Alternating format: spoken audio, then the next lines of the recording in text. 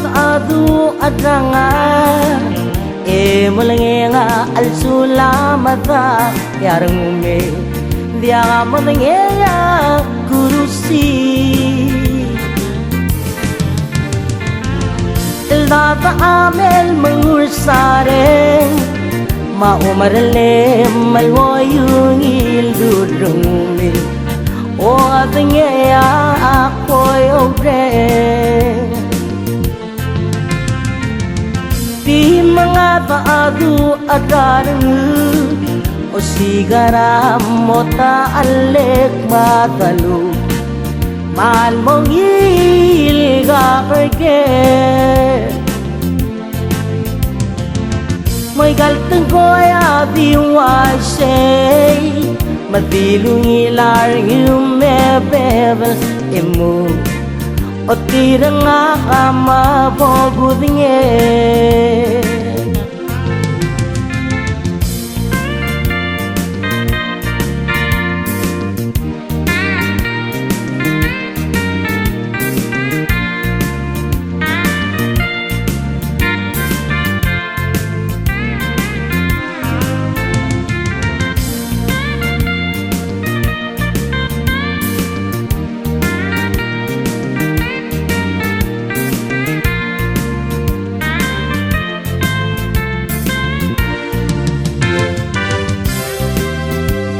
Amal musare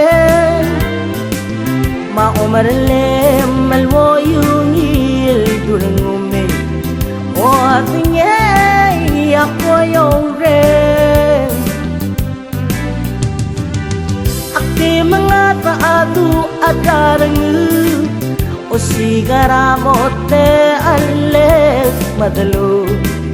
ekmal mongil ka perke galta goya diwasay bilung ilar dang mebel emu o tirang akam mabogudnge may galta goya diwasay mabilung ilar mebel emu o tirang akam mabogudnge emo o tirang akam makat makli